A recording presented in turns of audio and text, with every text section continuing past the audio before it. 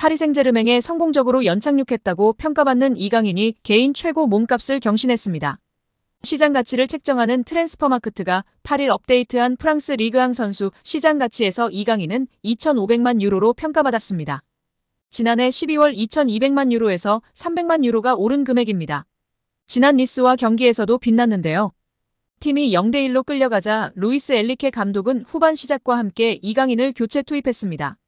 축구 통계 매체 풋몹에 따르면 이날 이강인은 평점 7.2점을 받았으며 태클 성공률 100%를 자랑했다. 또한 패스 성공률은 91%였으며 이번에 기회를 창출했습니다. 준수한 활약에 현지 팬들의 극찬이 이어졌습니다. PSG 팬들은 이강인을 선발로 써야 한다. 그는 이번 시즌 초반 최고의 PSG 선수다라는 등 찬사를 쏟아냈습니다. 이강인의 가치는 이날 경기에서만 한정되지 않는데요. 축구 통계 매체 후스코어드닷컴에 따르면 이강인은 이번 시즌 현재까지 총 7개의 키패스를 기록했습니다. 니스전을 포함해 총 423분을 소화한 이강인은 90분당 3.6개의 키패스를 기록했으며 이 기록은 리그앙 1위, 유럽 5대 리그 선수 중에선 7위의 기록입니다. 이강인의 위에는 부카요 사카, 케빈 데 브라위너 등이 자리했습니다. 놀랍게도 리그앙에서 키패스가 가장 많지만 이번 시즌 이강인은 어시스트가 하나도 없는데요. 이강인의 패스를 받은 동료들이 제대로 마무리하지 못하고 있다는 것으로 해석할 수 있습니다. 여기에 이번 시즌 이강인이 엄청난 득점력을 자랑하고 있는데요. 축구 통계 매체 트랜스퍼마크트는 25일 공식 SNS를 통해 스트라이커를 제외한 이번 시즌 유럽 5대 리그 최다 득점 순위를 공개하며 화제입니다. 1위는 10골의 모하메드 살라였습니다.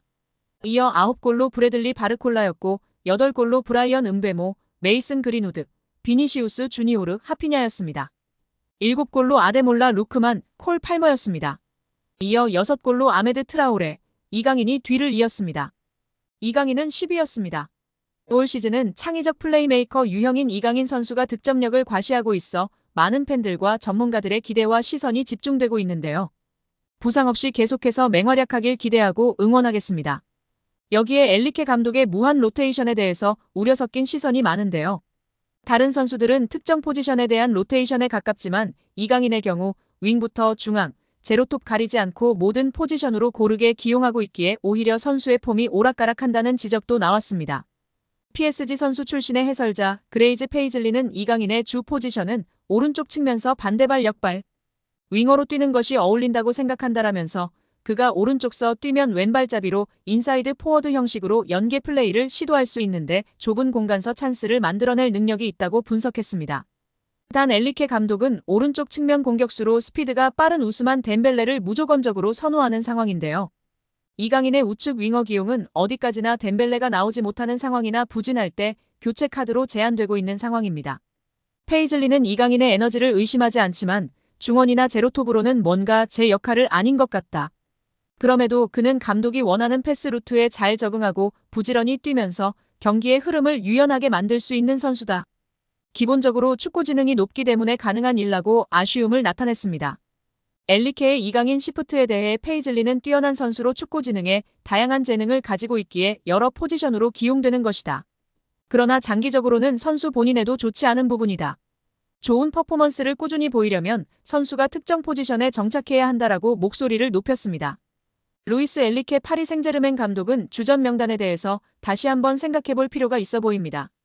PSG는 27일 독일 민헨의 알리안츠 아레나에서 열린 바이에른 민헨과의 챔스 페이즈 5라운드 경기에서 0대1로 패배했습니다. PSG는 전체 25위까지 추락하면서 16강 플레이오프 진출마저도 비상이 걸렸습니다.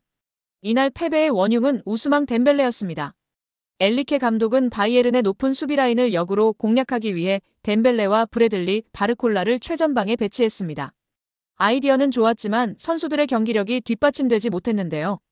특히 덴벨레는 너무 심각했습니다. 전반전에 몇 차례 PSG가 득점 기회를 덴벨레에게 제공했지만 그때마다 덴벨레는 늦은 판단과 아쉬운 슈팅으로 찬스를 허비했습니다. 주심에게 항의하다가 경고를 받았던 덴벨레는 후반 11분 알폰소 데이비스를 향한 불필요한 태클로 경고 누적 퇴장까지 당했습니다. 1대0으로 끝난 승부였기에 최소한 덴벨레가 퇴장이라도 당하지 않았다면 PSG도 결과를 바꿀 수 있었을 것입니다. 덴벨레의 저조한 경기력은 오늘 내일의 문제가 아닌데요.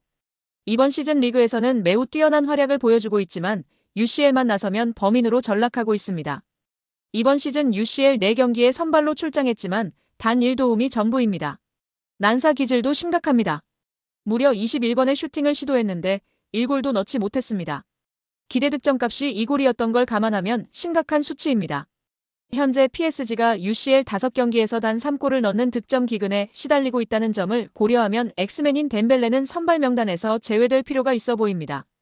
덴벨레가 가지고 있는 돌파력과 스피드를 포기하는 게 쉽지 않은 선택이겠지만 덴벨레만의 장점을 통해서 PSG가 본 이득이 전혀 없습니다. 결단이 필요한 시점이기도 한데요. 이제 UCL 리그 페이지는 단 3경기밖에 남지 않았습니다.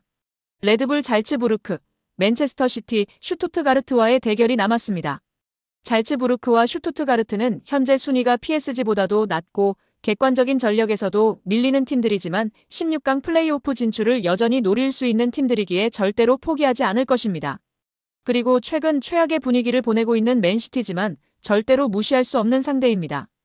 덴벨레를 빼고 무조건 이강인을 넣을 필요는 없지만 현재 주전 경쟁을 할 수 있는 선수 중 제일 경쟁력 있는 선수가 이강인입니다.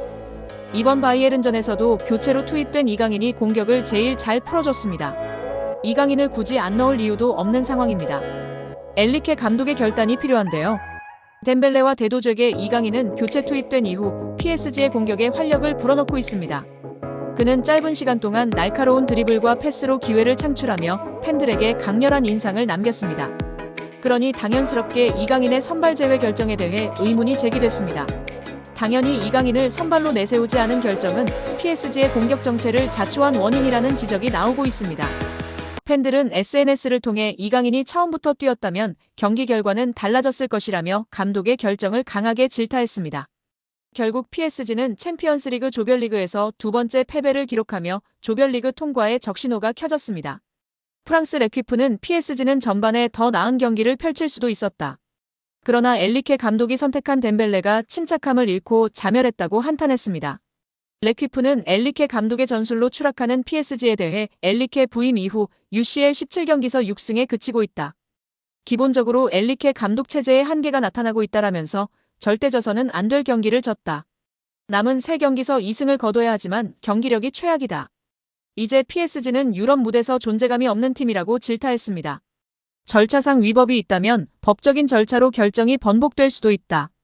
법조계는 홍 감독 선임 과정의 절차상의 하자가 축구협회 결정에 번복을 가져올 수 있다고 짚으며 화제입니다.